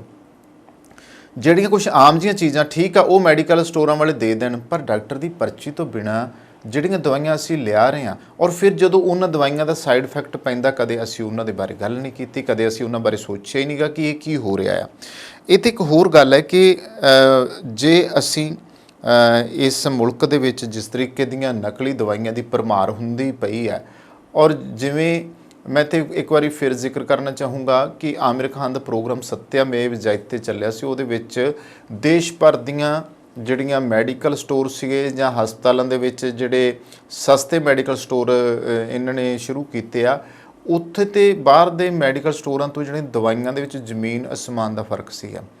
ਔਰ ਡਾਕਟਰ ਉਸ ਪ੍ਰੋਗਰਾਮ ਵਿੱਚ ਇਹ ਵੀ ਦੱਸ ਕੇ ਗਏ ਆ ਕਿ 2 ਰੁਪਏ ਦਾ ਜਿਹੜਾ ਇੱਕ ਪੱਤਾ ਤਿਆਰ ਹੁੰਦਾ ਆ, ਜਿਹੜਾ ਇੰਨਾ ਸਸਤਾ ਤਿਆਰ ਹੁੰਦਾ ਆ ਪੈਕਿੰਗ ਸਮੇਤ, ਜਾਂ 5 ਰੁਪਏ ਦਾ ਪੱਤਾ ਜਿਹੜਾ ਤਿਆਰ ਹੁੰਦਾ ਆ, ਸਾਡੇ ਤੱਕ ਪਹੁੰਚਦਿਆਂ ਉਹ 50 ਰੁਪਏ ਦਾ ਹੋ ਜਾਂਦਾ, 200 ਰੁਪਏ ਦਾ ਵੀ ਹੋ ਜਾਂਦਾ, ਕਿਉਂਕਿ ਉਹਦੇ ਉੱਤੇ ਜਿਹੜੀ ਮੋਹਰ ਹੈ, ਜਿਹੜੀ ਸੀਲ ਹੈ, ਜਾਂ ਫਿਰ ਜਿਹੜੀ ਉੱਤੇ ਮਾਰਕਾ ਲਾਇਆ ਹੁੰਦਾ, ਉਹਦੇ ਉੱਤੇ ਰੇਟ ਲਿਖਿਆ ਹੁੰਦਾ। ਤੇ ਉੱਥੇ ਤਾਂ ਕੰਪਨੀ ਨੂੰ ਉਹ 2 ਰੁਪਏ ਜਾਂ 5 ਰੁਪਏ ਪਿਆ, ਤੇ ਉਹੀ ਆ ਕੇ ਬਾਜ਼ਾਰ ਦੇ ਵਿੱਚ 200 ਰੁਪਈਆ, ਯਾਨੀ ਕਿ 10 ਤੋਂ 20 ਗੁਣਾ ਜਾਂ ਕਈ 30 ਗੁਣਾ ਜਾਂ ਕਈ 50 ਗੁਣਾ ਵੱਧ ਰੇਟ ਦੇ ਉੱਤੇ ਦਵਾਈਆਂ ਵੇਚੀਆਂ ਜਾ ਰਹੀਆਂ ਨੇ। ਕੋਈ ਇਹਨਾਂ ਦਾ ਵੀ ਜਿਹੜਾ ਆ ਕੋਈ ਦੇਖਣ ਵਾਲਿਆਂ ਨਹੀਂ ਆ, ਕੋਈ ਸਰਕਾਰ ਨਹੀਂ ਦੇਖ ਰਹੀ, ਔਰ ਅੰਨੀ ਲੁੱਟ ਜਿਹੜੀ ਆ ਆਮ ਜਨਤਾ ਦੀ ਹੋ ਰਹੀ ਆ। ਲੋਕ ਜਾਣ ਤਾਂ ਜਾਣ ਕਿੱਥੇ, ਲੋਕ ਤਾਂ ਦਵਾਈਆਂ 'ਚ ਹੀ ਰਗੜਾ ਖਾ ਗਏ। ਸਿਹਤ ਪਹਿਲਾ ਮੁੱਦਾ ਹੋਣਾ ਚਾਹੀਦਾ ਹੈ, ਪਰ ਸਾਡੀਆਂ ਸਰਕਾਰਾਂ ਨੇ ਇਸ ਬਾਰੇ ਬਿਲਕੁਲ ਵੀ ਨਹੀਂ ਸੋਚਿਆਗਾ। ਤੇ ਇੱਥੇ ਜ਼ਰੂਰੀ ਹੈ ਕਿ ਸਰਕਾਰਾਂ ਨੇ ਜੋ ਇਹ ਕੀਤਾ ਆ, ਜੋ ਚੀਜ਼ਾਂ ਸਾਹਮਣੇ ਲਿਆਂਦੀਆਂ ਪੱਟ ਕੇ ਕੇਂਦਰ ਸਰਕਾਰ ਨੇ, ਬੇਸ਼ੱਕ ਕੰਪਨੀਆਂ ਨੂੰ ਬੰਦ ਕੀਤਾ ਆ, ਪਰ ਇਸ ਸਭ ਕਾਸੇ ਤੋਂ ਦਵਾਈਆਂ ਦੇ ਨੇਮਬੰਦੀ ਢਾਂਚੇ ਵਿੱਚ ਜਿਹੜੀਆਂ ਆ ਉਹ ਖਾਮੀਆਂ ਜਗ ਜ਼ਾਹਿਰ ਹੋ ਗਈਆਂ ਨੇ। ਵਧਾਏ ਹੋਏ ਨਿਗਰਾਨੀ ਉਪਾਅ ਨਿਯਮਾਂ ਦੀ ਮੁਕੰਮਲ ਪਾਲਣ ਤੇ ਇਹਨਾਂ ਨੂੰ ਅਸਰਦਾਰ ਢੰਗ ਨਾਲ ਲਾਗੂ ਕੀਤੇ ਜਾਣ ਦਾ ਯਕੀਨ ਦਿਵਾਉਂਦੇ ਨੇ। ਇਸ ਲਈ ਨਿਗਰਾਨੀ ਕਰਨ ਵਾਲੇ ਢਾਂਚੇ ਦੀ ਕਾਇਆ ਕਲਪ ਕਰਨੀ ਵੀ ਜ਼ਰੂਰੀ ਹੈ, ਜਿਸ ਵਿੱਚ ਇਸ ਦੇ ਕੰਮਕਾਜ ਵਿੱਚ ਪਾਰਦਰਸ਼ਤਾ ਲਿਆਉਣਾ ਅਤੇ ਲੱਭੀਆਂ ਗਈਆਂ ਗਲਤੀਆਂ ਤੇ ਅਣਗਹਿਲੀ ਵਾਲੀਆਂ ਘਟਨਾਵਾਂ ਨੂੰ ਜਨਤਕ ਕੀਤੇ ਜਾਣਾ ਵੀ ਸ਼ਾਮਲ ਹੈ। ਇਸ ਦੇ ਨਾਲ ਹੀ ਦਵਾਈਆਂ ਦੀ ਜਿਹੜੀ ਟੈਸਟਿੰਗ ਦੀਆਂ ਸਹੂਲਤਾਂ ਦੇ ਵਿੱਚ ਸੁਧਾਰ ਦੀ ਵੀ ਸਖਤ ਲੋੜ ਹੈ। ਹਿਮਾਚਲ ਪ੍ਰਦੇਸ਼ ਵਿੱਚ ਵਧੀਆ ਸਾਜੋ ਸਮਾਨ ਨਾਲ ਲੈਸ ਲੈਬਾਰਟਰੀ ਦੀ ਅਣਹੋਂਦ ਵੀ ਨਕਲੀ ਦਵਾਈਆਂ ਖਿਲਾਫ ਲੜਾਈ ਦੀ ਧਾਰ ਨੂੰ ਖੁੰਡੀ ਕਰਨ ਵਾਲੀ ਹੈ। ਚਾਹੀਦਾ ਇਹ ਹੈ ਜਦੋਂ ਵੀ ਦਵਾਈ ਕਿਸੇ ਫਾਰਮਾਸਿਊਟੀਕਲ ਕੰਪਨੀ ਤੋਂ ਬਾਹਰ ਨਿਕਲਦੀ ਹੈ ਤੇ ਉਹਦੀ ਇੱਕ ਦੀ ਥੋੜੀ ਜਿਹੀ ਪਰਖ ਉਹਨਾਂ ਲੈਬੋਰਟਰੀਆਂ 'ਚ ਹੋਣੀ ਚਾਹੀਦੀ ਹੈ ਕਿ ਇਹ ਜਿਹੜੀ ਜਾ ਰਹੀ ਦਵਾਈ ਹੈ ਕਿ ਵਾਕਈ ਸਹੀ ਹੈ ਤਾਂ ਹੱਲ ਹੋ ਸਕਦਾ ਆ। ਤਾਂ ਭਾਰਤ ਦੁਨੀਆ ਦੇ ਬਹੁਤ ਸਾਰੇ ਦੇਸ਼ਾਂ ਨੂੰ ਜਿਵੇਂ ਦਵਾਈਆਂ ਬਰਾਮਦ ਕਰਕੇ ਆਲਮੀ ਫਾਰਮੇਸੀ ਹੋਣ ਦਾ ਦਾਅਵਾ ਕਰਦਾ ਆ। ਇਸ ਦੇ ਨਾਲ ਦੇਸ਼ ਦੇ ਉੱਤੇ ਔਰ ਸਰਕਾਰਾਂ ਦੀ ਜਿਹੜੀ ਜ਼ਿੰਮੇਵਾਰੀ ਆ ਉਹ ਹੋਰ ਵੱਧਦੀ ਆ। ਜਨਤਕ ਸਿਹਤ ਨਾਲ ਜਾਣ ਬੁੱਝ ਕੇ ਸਮਝੌਤਾ ਕਰਨਾ ਇੱਕ ਮੁਜਰਮਾਨਾ ਜਿਹੜੀ ਆ ਕਾਰਵਾਈ ਆ। ਸਾਲ 2022-23 ਦੌਰਾਨ 17.6 ਅਰਬ ਡਾਲਰ ਦੀ ਕਪ ਸਿਰਪ ਦੀ ਕੀਤੀ ਗਈ ਬਰਾਮਦ ਅਤੇ ਜੈਨਰਿਕ ਦਵਾਈਆਂ ਦਾ ਦੁਨੀਆ ਦਾ ਸਭ ਤੋਂ ਵੱਡਾ ਨਿਰਮਾਤਾ ਹੋਣ ਸਦਕਾ ਭਾਰਤ ਕੋਈ ਵੀ ਢਿੱਲ ਬਰਦਾਸ਼ਤ ਨਹੀਂ ਕਰ ਸਕਦਾ। ਤਾਂ 1 ਜੂਨ ਤੋਂ ਕਪ ਸਿਰਪ ਦੀ ਜੋ ਬਰਾਮਦ ਤੋਂ ਪਹਿਲਾਂ ਉਹਨਾਂ ਦਾ ਟੈਸਟ ਲਾਜ਼ਮੀ ਕੀਤੇ ਜਾਣ ਵਰਗੀਆਂ ਸਖਤ ਕੰਟਰੋਲ ਵਾਲੀਆਂ ਕਾਰਵਾਈਆਂ ਇੱਕ ਤਰੀਕੇ ਜੇ ਮੰਨਿਆ ਜਾਵੇ ਤਾਂ ਉਹ ਵਧੀਆ ਕਦਮ ਹੈ। ਇੱਥੇ ਧਿਆਨਯੋਗ ਗੱਲ ਇਹ ਹੈ ਕਿ ਵਿਸ਼ਵ ਸਿਹਤ ਸੰਗਠਨ ਵੀ ਇਹਨਾਂ ਸਿਰਪਾਂ ਦੇ ਬਾਰੇ ਪਰਖ ਪੜਤਾਲ ਕਰ ਰਿਹਾ ਹੈ। ਤਾਂ ਦੱਸ ਦਈਏ ਕਿ ਭਾਰਤ ਨੇ 2022-23 ਵਿੱਚ 17.6 ਅਰਬ ਅਮਰੀਕੀ ਡਾਲਰ ਦੇ ਕਪ ਸਿਰਪ ਦਾ ਨਿਰਯਾਤ ਕੀਤਾ, ਜਦੋਂ ਕਿ 2021-22 ਵਿੱਚ ਇਹ ਨਿਰਯਾਤ 17 ਅਰਬ ਅਮਰੀਕੀ ਡਾਲਰ ਦਾ ਸੀ। ਕੁੱਲ ਮਿਲਾ ਕੇ ਭਾਰਤ ਵਿਸ਼ਵ ਪੱਧਰ ਤੇ ਜੈਨਰਿਕ ਦਵਾਈਆਂ ਦਾ ਸਭ ਤੋਂ ਵੱਡਾ ਉਤਪਾਦਕ ਹੈ, ਜੋ ਵੱਖ-ਵੱਖ ਟੀਕਿਆਂ ਦੀ ਵਿਸ਼ਵ ਮੰਗ ਦਾ 50% ਤੋਂ ਵੱਧ, ਅਮਰੀਕਾ ਵਿੱਚ ਲਗਭਗ 40% ਜੈਨਰਿਕ ਮੰਗ ਤੇ ਬ੍ਰਿਟੇਨ ਦੇ ਵਿੱਚ ਲਗਭਗ 25% ਦਵਾਈਆਂ ਦੀ ਸਪਲਾਈ ਕਰਦਾ ਹੈ। ਤੇ ਇਸ ਲਈ ਜ਼ਰੂਰੀ ਹੈ ਕਿ ਇਹੋ ਜਿਹੀਆਂ ਫੈਕਟਰੀਆਂ ਨੂੰ, ਇਹੋ ਜਿਹੀਆਂ ਫਾਰਮਾਸਿਊਟੀਕਲ ਵਾਲਿਆਂ ਨੂੰ ਔਰ ਇਹਨਾਂ ਕੰਪਨੀਆਂ ਦੇ ਜਿਹੜੇ ਇਹਨਾਂ ਦੇ ਮਾਲਕ ਇਹਨਾਂ ਨੂੰ ਨੱਥ ਪਾਉਣੀ ਚਾਹੀਦੀ ਹੈ, ਤਾਂ ਕਿ ਇਹਨਾਂ ਨੂੰ ਅਕਲ ਆ ਜਾਵੇ ਕਿ ਮਨੁੱਖੀ ਸਿਹਤ ਨਾਲ ਜਿਹੜਾ ਖਿਲਵਾੜ ਹੋ ਰਿਹਾ ਆ ਉਹ ਆਖਰ ਚੰਦ ਪੈਸਿਆਂ ਦੀ ਖਾਤਰ ਕਿਉਂ ਕੀਤਾ ਜਾ ਰਿਹਾ। ਸੋ ਸਰਕਾਰ ਇਸ ਕਦਮ ਦੇ ਉੱਤੇ ਥੋੜੀ ਜਿਹੀ ਹੋਰ ਸਖਤੀ ਕਰੇ ਤਾਂ ਉਮੀਦ ਕੀਤੀ ਜਾ ਸਕਦੀ ਹੈ ਕਿ ਜ਼ਰੂਰ ਨੱਥ ਪੈ ਸਕਦੀ ਹੈ। ਹੁਣ ਆਉਂਦੇ ਹਾਂ ਜੀ ਅਗਲੀ ਖਬਰ ਵੱਲ। ਪੰਜਾਬ ਦੇ ਵਿੱਚ ਪਾਣੀ ਦਾ ਪੱਧਰ ਲਗਾਤਾਰ ਡੂੰਘਾ ਹੁੰਦਾ ਜਾ ਰਿਹਾ ਆ ਤੇ ਹੁਣ 20 ਜ਼ਿਲ੍ਹਿਆਂ ਦੇ ਵਿੱਚ ਜੋ ਸਥਿਤੀ ਆ ਉਹ ਸੰਕਟਮਈ ਬਣੀ ਹੋਈ ਆ, ਕਿਉਂਕਿ 20 ਜ਼ਿਲ੍ਹਿਆਂ ਦੇ ਵਿੱਚ ਪਾਣੀ ਦਾ ਪੱਧਰ ਨੀਵਾਂ ਹੋ ਚੁੱਕਿਆ, ਜੋ ਪੰਜਾਬ ਦੇ ਲਈ ਖਤਰੇ ਦੀ ਘੰਟੀ ਆ। ਦੋਸਤੋ, ਅਸੀਂ ਹਰ ਵਾਰ ਪੰਜਾਬ ਦੇ ਪਾਣੀਆਂ ਉੱਤੇ ਇਸ ਕਰਕੇ ਗੱਲ ਕਰਦੇ ਹਾਂ ਕਿ ਅਸੀਂ ਇਸ ਸੂਬੇ ਦੇ ਵਾਸੀ ਹਾਂ ਔਰ ਦੁਨੀਆ ਦਾ ਸਭ ਤੋਂ ਸੋਹਣਾ ਖਿੱਤਾ ਸਾਡਾ ਪੰਜਾਬ ਆ। ਇਹ ਜ਼ਮੀਨਾਂ ਤੇ ਪਾਣੀਆਂ ਵਾਲਾ ਪੰਜਾਬ ਆ, ਸੋਹਣੀਆਂ ਜ਼ਮੀਨਾਂ, ਸੋਹਣੀ ਜ਼ਰਖੇਜ਼ ਧਰਤੀ ਤੇ 5 ਆਬਾਂ ਵਾਲਾ ਪੰਜਾਬ ਆ। ਇਹ 5 ਆਬਾਂ ਵਾਲੇ ਪੰਜਾਬ ਦੇ ਵਿੱਚ ਹੁਣ ਆਬ ਤਾਂ ਰਹੀ ਨਹੀਂ, ਅਸੀਂ ਧਰਤੀ ਹੇਠਲਾ ਪਾਣੀ ਵੀ ਕੱਢਣਾ ਸ਼ੁਰੂ ਕੀਤਾ ਹੋਇਆ ਔਰ ਇੰਨਾ ਕੁ ਬੇਹੱਦ ਵਰਤੋਂ ਹੋ ਰਹੀ ਆ ਕਿ ਮਾਹਰ ਔਰ ਸਰਕਾਰ ਜਿਹੜੀ ਉਹ ਚਿੰਤਾ ਕਰ ਰਹੀ ਆ, ਪਰ ਠੋਸ ਹੱਲ ਨਹੀਂ ਹੋ ਰਿਹਾ। ਔਰ ਇਸ ਕਰਕੇ ਨਹੀਂ ਹੋ ਰਿਹਾ ਕਿਉਂਕਿ ਅਸੀਂ ਲੋਕ ਸੁਧਰ ਨਹੀਂ ਰਹੇਗੇ। ਕਿਵੇਂ ਕਿਹਾ ਜਾਵੇ, ਪੰਜਾਬ 'ਚ ਪਾਣੀ ਦਾ ਪੱਧਰ ਜੋ ਡਿੱਗ ਰਿਹਾ ਆ, ਇਹ ਹੁਣ ਨਾ ਸਿਰਫ ਇਸ ਤੋਂ ਪੰਜਾਬ ਦੇ ਲੋਕ ਵੀ ਜਿਹੜੇ ਕੁਛ ਚਿੰਤਾ ਕਰਨ ਵਾਲੇ ਆ ਉਹ ਆ, ਸਗੋਂ ਕੇਂਦਰੀ ਮੰਤਰੀ ਨੇ ਵੀ ਪੰਜਾਬ ਦੇ ਡਿੱਗ ਰਹੇ ਪਾਣੀ ਦੇ ਪੱਧਰ ਦੇ ਉੱਤੇ ਚਿੰਤਾ ਦਾ ਪ੍ਰਗਟਾਵਾ ਕੀਤਾ ਆ। ਉਹਨਾਂ ਕਿਹਾ ਕਿ ਪੰਜਾਬ ਦੇ 23 ਜ਼ਿਲ੍ਹਿਆਂ ਵਿੱਚੋਂ 20 ਜ਼ਿਲ੍ਹਿਆਂ 'ਚ ਧਰਤੀ ਹੇਠਲੇ ਪਾਣੀ ਦਾ ਪੱਧਰ ਜੋ ਆ ਬੁਰੇ ਤਰੀਕੇ ਡਿੱਗ ਪਿਆ ਆ। ਪੰਜਾਬ ਹੁਣ ਮਾਰੂਥਲ ਵੱਲ ਵਧ ਰਿਹਾ ਆ। ਆਉਣ ਵਾਲੇ ਸਮੇਂ ਵਿੱਚ ਇਸ ਸੰਬੰਧੀ ਹੋਰ ਵੀ ਗੰਭੀਰ ਸਥਿਤੀ ਪੈਦਾ ਹੋ ਸਕਦੀ ਹੈ। ਪੰਜਾਬ ਵਿੱਚ ਡਿੱਗ ਰਹੇ ਪਾਣੀ ਦੇ ਪੱਧਰ ਦੇ ਬਾਰੇ ਮਾਹਰਾਂ ਦਾ ਇਹ ਵੀ ਕਹਿਣਾ ਹੈ ਕਿ ਪੰਜਾਬ ਦੇ ਕਿਸਾਨਾਂ ਨੂੰ ਝੋਨੇ ਦੇ ਚੱਕਰ 'ਚੋਂ ਕੱਢਣ ਦੀ ਲੋੜ ਹੈ। ਜੇਕਰ ਅਜਿਹਾ ਨਾ ਕੀਤਾ ਗਿਆ ਤਾਂ ਉਹਨਾਂ ਨੇ ਹੋਰ ਪਾਣੀ ਲਈ ਤਰਸਣਾ ਪੈ ਸਕਦਾ ਆ। ਪੰਜਾਬ 'ਚ ਕਰੀਬ 1400 ਕਿਲੋਮੀਟਰ ਦਰਿਆ, ਨਾਲੇ ਅਤੇ ਨਹਿਰਾਂ ਜਿਹੜੀਆਂ ਨੇ ਉਹ ਹੁਣ ਦੀ ਸਥਿਤੀ ਹੈ ਕਿ ਉਹ ਸੁੱਕ ਗਈਆਂ ਨੇ। ਬਿਲਕੁਲ ਨਾਲੇ ਅਤੇ ਨਹਿਰਾਂ ਸੁੱਕ ਗਈਆਂ ਨੇ, ਜਿਸ ਕਾਰਨ ਧਰਤੀ ਹੇਠਲੇ ਪਾਣੀ ਦੀ ਵਰਤੋਂ ਵੱਧ ਗਈ ਹੈ। ਪੰਜਾਬ 'ਚ ਸਿਰਫ 60% ਧਰਤੀ ਹੇਠਲੇ ਪਾਣੀ ਦੀ ਜਿਹੜੀ ਆ ਉਹ ਵਰਤੋਂ ਲਈ ਯੋਗ ਹੈ। ਕੈਗ ਦੀ ਇੱਕ ਰਿਪੋਰਟ ਦੀ ਇੱਥੇ ਮੈਂ ਗੱਲ ਕਰਨੀ ਚਾਹੂੰਗਾ ਕਿ 23 ਤੋਂ 16 ਜ਼ਿਲ੍ਹੇ ਜਿਹੜੇ ਆ, ਹੁਣ 23 ਜ਼ਿਲ੍ਹੇ ਪੰਜਾਬ ਦੇ, ਉਹਨਾਂ ਦੇ ਵਿੱਚੋਂ 16 ਜ਼ਿਲ੍ਹੇ ਜਿਹੜੇ ਆ ਉੱਥੇ ਫਲੋਰਾਈਡ ਨਾਲ ਭਰਪੂਰ ਨੇ ਧਰਤੀ ਹੇਠਲੇ ਪਾਣੀ ਦੇ ਪੱਖੋਂ। 9 ਜਿਹੜੇ ਨੇ ਉਹਨਾਂ 'ਚ ਆਇਰਨ ਬਹੁਤ ਜ਼ਿਆਦਾ ਆ, 19 'ਚ ਨਾਈਟ੍ਰੇਟ ਨਾਲ ਭਰਪੂਰ ਨੇ, ਜਿੱਥੇ ਪਾਣੀ ਦੀ ਸਮੱਸਿਆ ਨਾਲ ਵੀ ਜੂਝ ਰਹੇ ਨੇ। ਲੁਧਿਆਣਾ, ਕਪੂਰਥਲਾ, ਅੰਮ੍ਰਿਤਸਰ ਵਰਗੇ ਕਈ ਜ਼ਿਲ੍ਹਿਆਂ ਦੇ ਪਾਣੀ 'ਚ ਤਾਂਬਾ, ਨਿਕਲ, ਲੀਡ, ਕ੍ਰੋਮੀਅਮ, ਕੈਡਮੀਅਮ ਆਦਿ ਪਾਇਆ ਗਿਆ ਆ। ਫਤਿਹਗੜ੍ਹ ਸਾਹਿਬ ਜ਼ਿਲ੍ਹਾ ਫਿਰੋਜ਼ਪੁਰ, ਜ਼ਿਲ੍ਹਾ ਮਾਨਸਾ, ਬਠਿੰਡਾ, ਫਰੀਦਕੋਟ, ਸੰਗਰੂਰ ਅਤੇ ਤਰਨਤਾਰਨ ਜ਼ਿਲ੍ਹਿਆਂ ਦੇ ਪਾਣੀ 'ਚ ਫਲੋਰਾਈਡ ਦੀ ਮਾਤਰਾ ਬਹੁਤ ਜ਼ਿਆਦਾ, ਜਿਹੜਾ ਤੁਹਾਡੀਆਂ ਹੱਡੀਆਂ ਨੂੰ ਵੀ ਖੋਰ ਰਿਹਾ, ਜਿਹੜਾ ਤੁਹਾਡੇ ਦੰਦਾਂ ਨੂੰ ਵੀ ਖੋਰਦਾ ਪਿਆ ਆ। ਅਤੇ ਜਿੱਥੇ ਆਇਰਨ ਆ ਉੱਥੇ ਤੁਹਾਡੀ ਬਾਡੀ ਦਾ ਬੈਲੈਂਸ ਵਿਗੜ ਜੂਗਾ ਬਹੁਤ ਜ਼ਿਆਦਾ ਆ। ਜਿੱਥੇ ਸਾਇਨਡ, ਨਿਕਲ, ਲੀਡ, ਕ੍ਰੋਮੀਅਮ, ਕੈਡਮੀਅਮ ਵਰਗੀਆਂ ਧਾਤਾਂ ਪੈ ਰਹੀਆਂ ਨੇ, ਉੱਥੇ ਕਈ ਬਿਮਾਰੀਆਂ ਦਾ ਔਰ ਗੁਰਦੇ ਫੇਲ ਹੋਣ ਦੀਆਂ ਸਮੱਸਿਆਵਾਂ ਨੇ ਉਹ ਆ ਰਹੀਆਂ ਨੇ। ਕਦੇ ਇਸ ਦੇ ਉੱਤੇ ਅਸੀਂ ਗੌਰ ਨਹੀਂ ਕਰ ਰਹੇ। ਜੇ ਉੱਥੇ ਕੁਦਰਤੀ ਪਾਣੀ ਆ ਜਾਏ, ਕੁਦਰਤੀ ਸਰੋਤ ਹੋਣ ਅਤੇ ਉਹਨਾਂ ਦਾ ਪਾਣੀ ਸਾਨੂੰ ਮੁਅੱਸਰ ਹੋ ਜਾਵੇ, ਮਿਲ ਜਾਵੇ, ਅਤੇ ਸਾਡੀ ਸਿਹਤ ਨਾਲ ਜਿਹੜਾ ਕੁਦਰਤੀ ਤੌਰ ਦੇ ਉੱਤੇ ਅਸੀਂ ਆਪਣੇ ਤੌਰ 'ਤੇ ਤਾਂ ਬਚਾਅ ਕਰਦੇ ਹਾਂ, ਪਰ ਕੁਦਰਤ ਦੇ ਪੱਖ 'ਚੋਂ ਜਿਹੜਾ ਤੁਹਾਨੂੰ ਮਿਲ ਰਿਹਾ ਉਹ ਕੀ ਕਰੂਗਾ। ਤਾਂ ਇਸ ਬਾਰੇ ਮੁੱਖ ਮੰਤਰੀ ਭਗਵੰਤ ਮਾਨ ਹੋਰਾਂ ਨੇ ਵੀ ਸੂਬੇ 'ਚ ਧਰਤੀ ਹੇਠਲੇ ਪਾਣੀ ਦੇ ਡਿੱਗ ਰਹੇ ਪੱਧਰ 'ਤੇ ਚਿੰਤਾ ਪ੍ਰਗਟਾਈ ਹੈ। ਵਿਸ਼ਵ ਵਾਤਾਵਰਣ ਦਿਵਸ ਮੌਕੇ ਕਰਵਾਏ ਗਏ ਸਮਾਗਮ ਦੀ ਪ੍ਰਧਾਨਗੀ ਕਰਦਿਆਂ ਉਹਨਾਂ ਕਿਹਾ ਸੀ ਕਿ ਪਾਣੀ ਦੀ ਸੰਭਾਲ ਅਤੇ ਪ੍ਰਦੂਸ਼ਣ ਨੂੰ ਰੋਕਣ ਲਈ ਕਦਮ ਚੁੱਕਣ ਦੀ ਫੌਰੀ ਲੋੜ ਹੈ। ਉਹਨਾਂ ਕਿਹਾ ਸੀ ਕਿ ਜਿੱਥੋਂ ਤੱਕ ਧਰਤੀ ਹੇਠਲੇ ਪਾਣੀ ਦਾ ਸਵਾਲ ਹੈ, ਸੂਬੇ ਦੇ ਲਗਭਗ ਸਾਰੇ ਬਲਾਕ ਡਾਰਕ ਜ਼ੋਨ ਦੇ ਵਿੱਚ ਨੇ। ਉਹਨਾਂ ਕਿਹਾ ਕਿ ਪੰਜਾਬ ਦੇ ਇੱਕੋ ਇੱਕ ਕੀਮਤੀ ਅਤੇ ਦੁਰਲੱਭ ਕੁਦਰਤੀ ਸਰੋਤ ਜਿਵੇਂ ਪਾਣੀ ਨੂੰ ਬਚਾਉਣ ਅਤੇ ਵਾਤਾਵਰਣ ਦੇ ਪ੍ਰਦੂਸ਼ਣ ਨੂੰ ਰੋਕਣ ਦੇ ਲਈ ਜਿਹੜੇ ਆ ਉਪਚਾਰਕ ਕਦਮ ਚੁੱਕਣ ਦੀ ਫੌਰੀ ਲੋੜ ਹੈ ਵੀ ਹੈ। ਅਸੀਂ ਜੇ ਇੱਦਾਂ ਪਿੱਛੇ ਹਟ ਜਾਵਾਂਗੇ ਤਾਂ ਉਹਦਾ ਹੱਲ ਨਹੀਂ ਹੋਣਾਗਾ।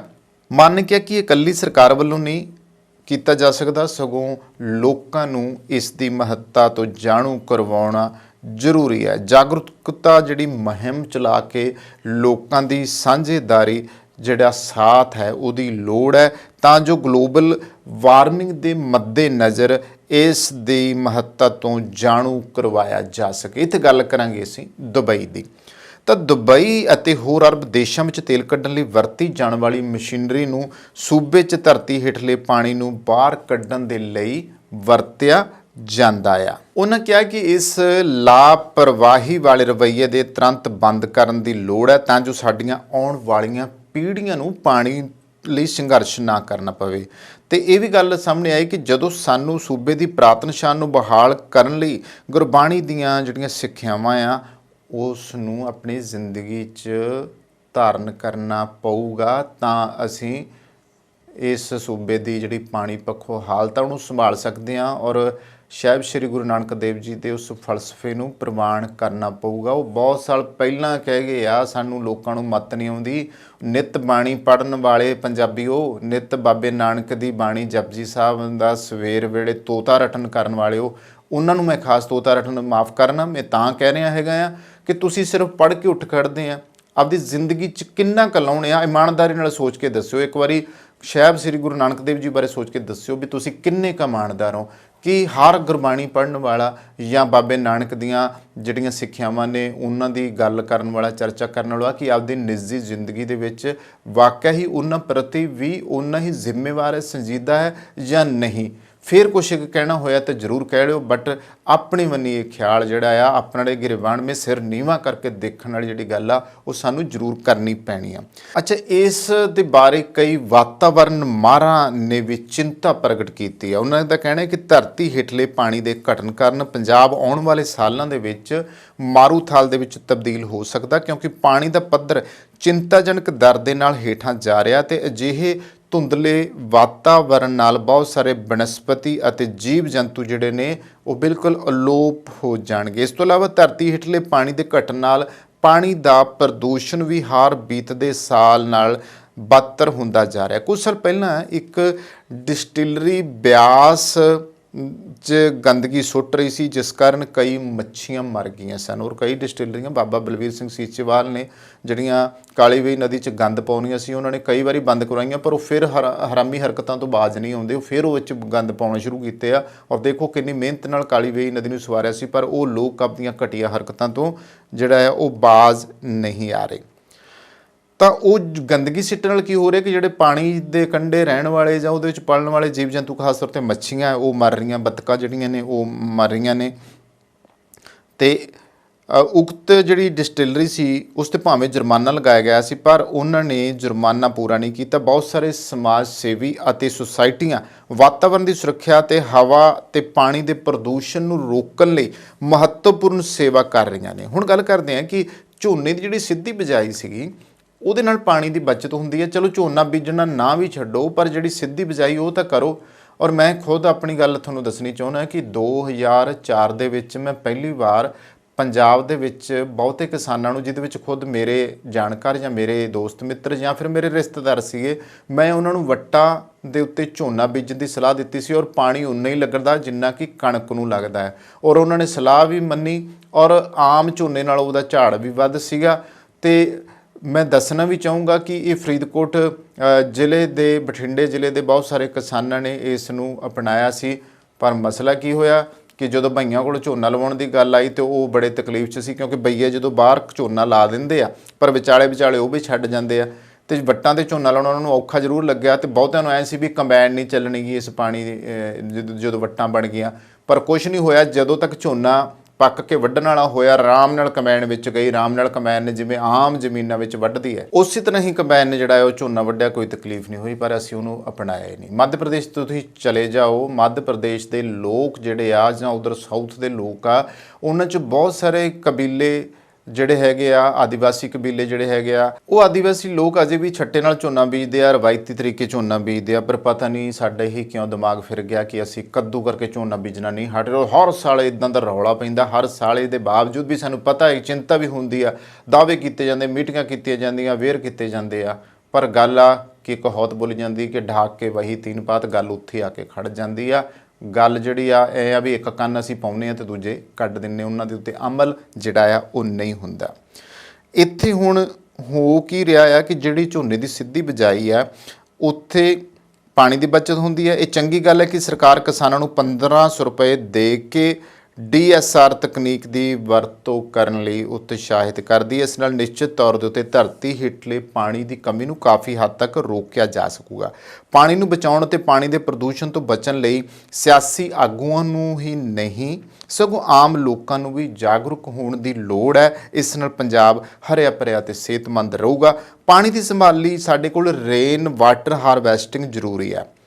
ਤਾਂ ਇਹਦੇ ਬਾਰੇ ਮੈਂ ਦੱਸਣਾ ਚਾਹੂੰਗਾ ਕਿ ਸਾਨੂੰ ਪੱਕਾ ਜਿਹੜਾ ਸੰਕਲਪ ਹੈ, ਇੱਥੇ ਵੀ ਵਾਤਾਵਰਨ ਚਿੰਤਕ ਜਿਹੜੇ ਨੇ ਉਹ ਕਹਿੰਦੇ ਨੇ ਕਿ ਸਾਨੂੰ ਪੱਕਾ ਸੰਕਲਪ ਲੈਣਾ ਪਊਗਾ ਕਿ ਅਸੀਂ ਹਰ ਕੀਮਤ 'ਤੇ ਵਾਤਾਵਰਨ ਦੀ ਰਾਖੀ ਕਰਨੀ ਹੈ, ਇਸ ਨੂੰ ਪ੍ਰਦੂਸ਼ਿਤ ਹੋਣ ਤੋਂ ਰੋਕਣਾ ਹੈ।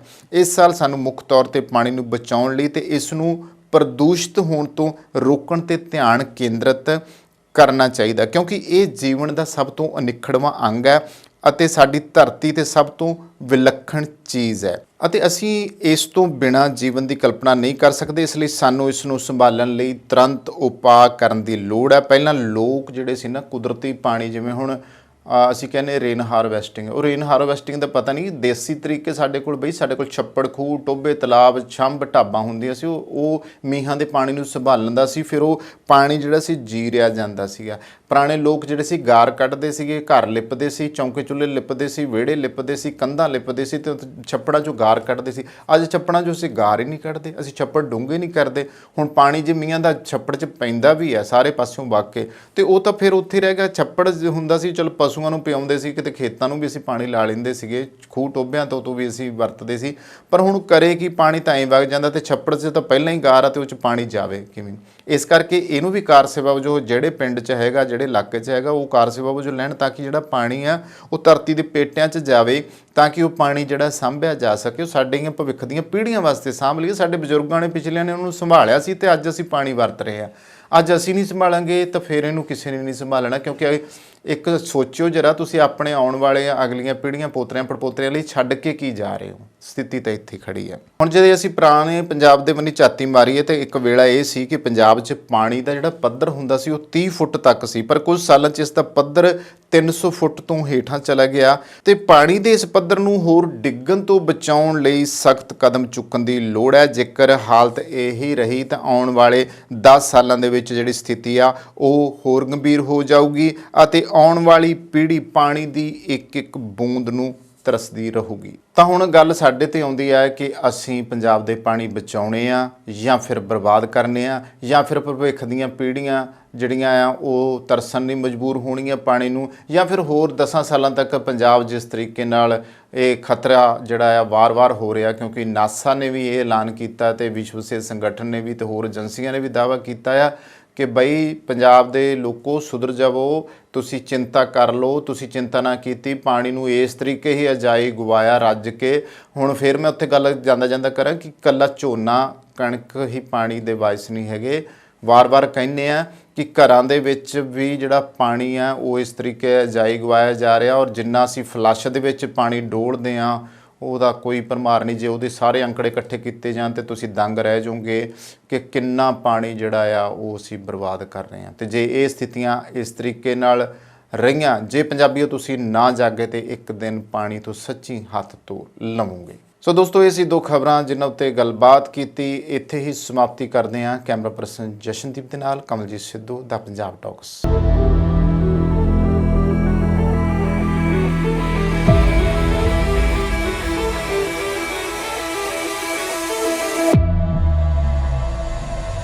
ਕੀ ਤੁਸੀਂ ਆਪਣੇ ਕਾਰੋਬਾਰ ਵਿੱਚ ਟਰਾਂਸਪੋਰਟੇਸ਼ਨ ਲਈ ਇੱਕ ਭਰੋਸੇਯੋਗ ਸਾਥੀ ਦੀ ਭਾਲ ਕਰ ਰਹੇ ਹੋ? ਤਾਂ ਤੁਹਾਨੂੰ ਲੋੜ ਹੈ ਮਹਿਤੋਜ ਗਰੁੱਪ ਲਿਮਟਿਡ ਦੀ, ਜੋ ਕਿ ਹਨ ਭਰੋਸੇਮੰਦ, ਕੁਸ਼ਲ ਤੇ ਕਿਫਾਇਤੀ। ਸਾਡੇ ਮਾਹਿਰਾਂ ਦੀ ਟੀਮ ਯਕੀਨੀ ਬਣਾਉਂਦੀ ਹੈ ਕਿ ਤੁਹਾਡੇ ਸਾਮਾਨ ਨੂੰ ਸਮੇਂ ਸਿਰ ਆਪਣੀ ਮੰਜ਼ਿਲ ਤੇ ਪਹੁੰਚਾਇਆ ਜਾ ਸਕੇ।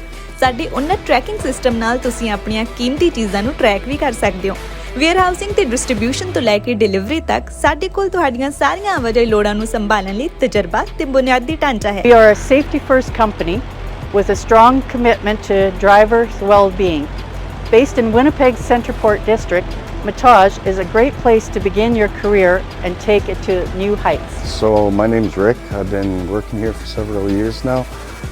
Mostly what we do inside the shop is we do lots of safeties, lots of repairs, brake jobs, and lots of warranty work on freight liners. We do lots of servicing inside the shop, trucks, trailers, lots of lighting problems and stuff like that. Logistics ਨੂੰ ਆਪਣੇ ਕਾਰੋਬਾਰ ਨੂੰ ਰੋਕਣ ਨਾ ਦਿਓ। ਸਾਨੂੰ ਭਾਰੀ lifting ਨੂੰ ਸੰਭਾਲਣ ਦਿਓ ਤਾਂ ਜੋ ਤੁਸੀਂ ਧਿਆਨ ਕੇਂਦਰਿਤ ਕਰ ਸਕੋ ਆਪਣੇ ਕਾਰੋਬਾਰ ਤੇ। ਮਹਿਤੋਜ ਗਰੁੱਪ ਲਿਮਟਿਡ ਨੂੰ ਬਣਾਓ ਆਪਣਾ ਮਦਦਗਾਰ ਤਾਂ ਜੋ ਤੁਸੀਂ ਨਿਸ਼ਚਿਤ ਹੋ ਕੇ ਸੰਭਾਲ ਸਕੋ ਆਪਣਾ ਕਾਰੋਬਾਰ। ਸਕਰੀਨ ਤੇ ਦਿੱਤੇ ਨੰਬਰਾਂ ਉੱਤੇ ਅੱਜ ਹੀ ਸੰਪਰਕ ਕਰੋ।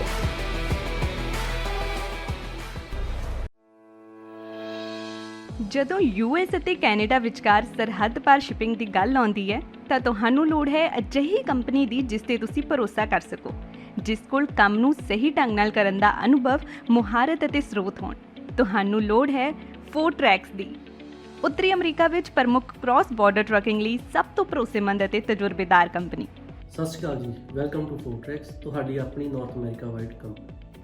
ਫੋਰਟਰੈਕਸ ਤੁਹਾਨੂੰ ਪ੍ਰੋਵਾਈਡ ਕਰਦੀ ਹੈ ਕੈਨੇਡਾ ਵਾਈਡ ਅਤੇ ਕ੍ਰਾਸ ਬਾਰਡਰ ਟਰਾਂਸਪੋਰਟ ਸਰਵਿਸਿਜ਼, ਜਿੱਥੇ ਕਿ ਡੈਡੀਕੇਟਿਡ ਰਨਸ ਕੈਲੀਫੋਰਨੀਆ ਤੇ ਟੈਕਸਸ ਦੇ ਨਾਲ ਕੈਨੇਡਾ ਵਾਈਡ ਫਲੈਕਸੀਬਲ ਵਰਕ ਵੀ ਪ੍ਰੋਵਾਈਡ ਕੀਤਾ ਜਾਂਦਾ ਹੈ। ਸਾਡੀ ਡਿਸਪੈਚ ਟੀਮ ਕੰਜ਼ਿਊਮਰ ਅਤੇ ਕਸਟਮਰ ਦੋਨਾਂ ਲਈ ਹੀ 24 ਆਵਰ ਕੰਮ ਕਰਦੀ ਹੈ ਅਤੇ ਇਸੇ ਦੇ ਨਾਲ ਹੀ 24 ਆਵਰ ਰੋਡ ਸਾਈਡ ਅਸਿਸਟੈਂਸ ਸਾਡੇ ਡਰਾਈਵਰ ਵੀਰਾਂ ਵਾਸਤੇ ਉਪਲਬਧ ਕੀਤੀ ਜਾਂਦੀ ਹੈ, ਜਿੱਥੇ ਕਿ ਯਾਰਡ ਦੇ ਵਿੱਚ ਹੀ ਤੁਹਾਨੂੰ ਸਕੇਲ, ਕ੍ਰਾਸ ਡੌਕ ਅਤੇ ਫਿਊਲ ਸਟੇਸ਼ਨ ਦੀਆਂ ਸਰਵਿਸਿਜ਼ ਪ੍ਰੋਵਾਈਡ ਕੀਤੀਆਂ ਜਾਂਦੀਆਂ ਹਨ। ਤੁਹਾਡਾ ਸਮਾਨ, ਪਿਆਰ ਤੇ ਵਿਸ਼ਵਾਸ ਕਿੰਨਾ ਜ਼ਿਆਦਾ ਕੀਮਤੀ ਹੈ, ਇਸ ਗੱਲ ਨੂੰ ਫੋਰਟਰੈਕਸ ਚੰਗੀ ਤਰ੍ਹਾਂ ਸਮਝਦਾ ਹੈ ਅਤੇ ਅਸੀਂ ਇਸ ਨੂੰ ਬਹੁਤ ਸਾਵਧਾਨੀ ਤੇ ਧਿਆਨ ਨਾਲ ਤੁਹਾਡੇ ਆਪਣਿਆਂ ਤੱਕ ਪਹੁੰਚਾਉਂਦੇ ਹਾਂ। ਸਾਡੀ ਆਧੁਨਿਕ ਟਰੈਕਿੰਗ ਟੈਕਨੋਲੋਜੀ ਦੀ ਮਦਦ ਨਾਲ ਤੁਸੀਂ ਆਪਣੀ ਸ਼ਿਪਮੈਂਟ ਨੂੰ ਟਰੈਕ ਕਰ ਸਕਦੇ ਹੋ। ਇਸ ਲਈ ਭਾਵੇਂ ਮੰਜ਼ਿਲ ਕਿੰਨੀ ਹੀ ਦੂਰ ਕਿਉਂ ਨਾ ਹੋਏ, ਫੋਰਟਰੈਕਸ ਤੁਹਾਡਾ ਪਿਆਰ ਤੁਹਾਡੇ ਆਪਣਿਆਂ ਤੱਕ ਪਹੁੰਚਾਉਣ ਲਈ ਹੈ ਹਮੇਸ਼ਾ ਤਿਆਰ। ਅੱਜ ਹੀ ਸਾਡੀ ਡਰਾਈਵਰਾਂ, ਵੇਅਰ ਹਾਊਸਾਂ ਅਤੇ ਲੌਜਿਸਟਿਕ ਮਾਹਿਰਾਂ ਦੇ ਵਿਆਪਕ ਨੈਟਵਰਕ ਨਾਲ ਜੁੜੋ ਤੇ ਆਪਣੇ ਕਾਰੋਬਾਰ ਨੂੰ ਉਚੇਰੇ ਪੱਧਰ ਤੇ ਲੈ ਜਾਓ। ਫੋਰਟਰੈਕਸ ਤੁਹਾਡਾ ਭਰੋਸਾ ਹਮੇਸ਼ਾ ਬਰਕਰਾਰ ਰੱਖਦੀ ਆਈ ਹੈ ਤੇ ਹਮੇਸ਼ਾ ਰੱਖੇਗੀ। ਹੋਰ ਜਾਣਨ ਲਈ ਅੱਜ ਹੀ ਸਾਡੇ ਨਾਲ ਸੰਪਰਕ ਕਰੋ।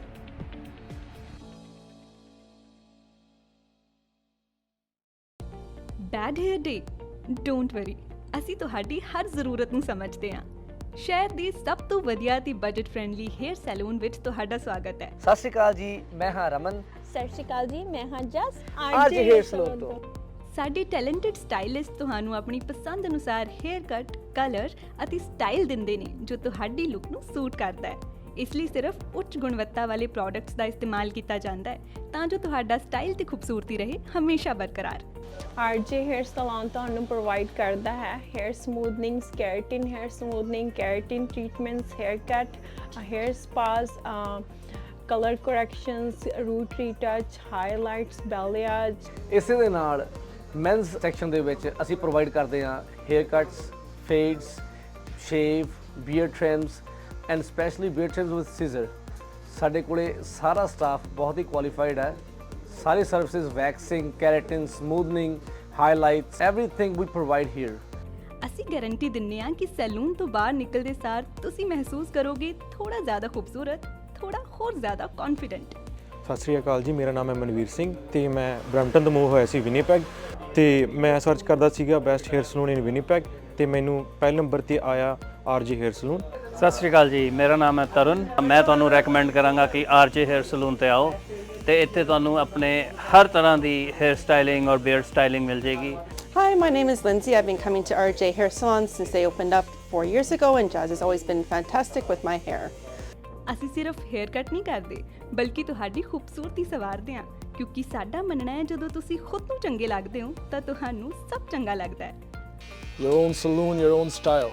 ਤਾਂ ਇਸ ਨਾਲ ਹੀ ਸਾਡੀ ਅਨਦਰ RJ ਹੇਅਰ ਸਲੂਨ ਦੀ ਬ੍ਰਾਂਚ ਓਪਨ ਹੋ ਰਹੀ ਹੈ ਜਿਹਦੀ ਕਿ ਲੋਕੇਸ਼ਨ ਆ 601 ਮਨਰੋ ਐਵਨਿਊ। ਤਾਂ ਤੁਸੀਂ ਉੱਥੇ ਵੀ ਜ਼ਰੂਰ ਵਿਜ਼ਿਟ ਕਰ ਸਕਦੇ ਹੋ। ਈਸਟ ਦੇ ਵਿੱਚ ਰਹਿੰਦੇ ਕਸਟਮਰਸ ਲਈ ਨੇੜੇ ਆ ਤੇ ਸਾਡਾ ਕੰਟੈਕਟ ਨੰਬਰ ਆ 2049988959। ਆਪਣੇ ਵਾਲਾਂ ਦੀ ਸਕਿਨ ਨੂੰ ਦਿਓ ਇੱਕ ਨਵੀਂ ਪਹਿਚਾਨ।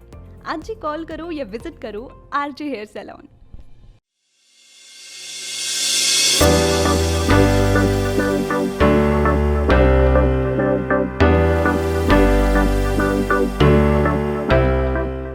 ਕੀ ਤੁਸੀਂ ਆਪਣੇ ਕਾਰੋਬਾਰ ਵਿੱਚ ਟਰਾਂਸਪੋਰਟੇਸ਼ਨ ਲਈ ਇੱਕ ਭਰੋਸੇਯੋਗ ਸਾਥੀ ਦੀ ਭਾਲ ਕਰ ਰਹੇ ਹੋ ਤਾਂ ਤੁਹਾਨੂੰ ਲੋੜ ਹੈ ਮਹਿਤੋਜ ਗਰੁੱਪ ਲਿਮਟਿਡ ਦੀ, ਜੋ ਕਿ ਹਨ ਭਰੋਸੇਮੰਦ, ਕੁਸ਼ਲ ਤੇ ਕਿਫਾਇਤੀ। ਸਾਡੇ ਮਾਹਿਰਾਂ ਦੀ ਟੀਮ ਯਕੀਨੀ ਬਣਾਉਂਦੀ ਹੈ ਕਿ ਤੁਹਾਡੇ ਸਾਮਾਨ ਨੂੰ ਸਮੇਂ ਸਿਰ ਆਪਣੀ ਮੰਜ਼ਿਲ ਤੇ ਪਹੁੰਚਾਇਆ ਜਾ ਸਕੇ।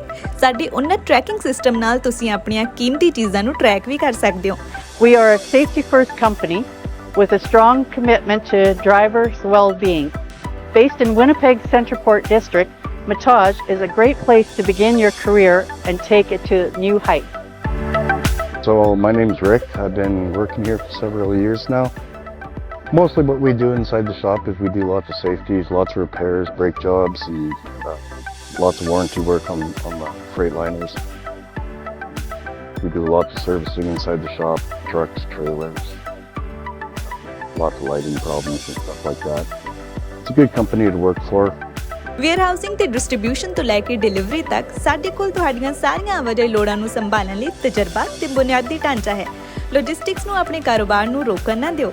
ਸਾਨੂੰ ਭਾਰੀ ਲਿਫਟਿੰਗ ਨੂੰ ਸੰਭਾਲਣ ਦਿਓ ਤਾਂ ਜੋ ਤੁਸੀਂ ਧਿਆਨ ਕੇਂਦਰਿਤ ਕਰ ਸਕੋ ਆਪਣੇ ਕਾਰੋਬਾਰ ਤੇ।